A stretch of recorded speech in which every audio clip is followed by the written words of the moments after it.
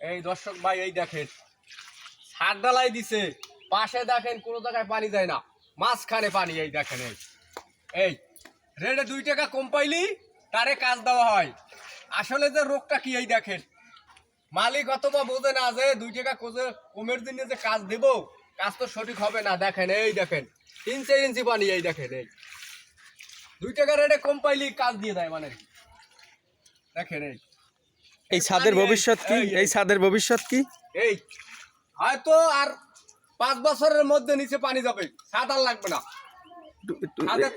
ছাদ তো লড়ে, লারাও একটু দাও, ছাদ তো লড়ে, একটুই দাও, একটু ধুমুকি দাও, লড়বে।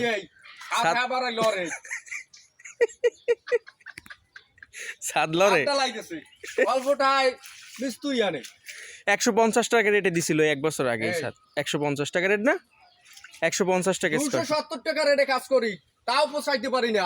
আর হেরা 100-150 টাকায় কাজ নেয়, তারা পোষাই গেলায়।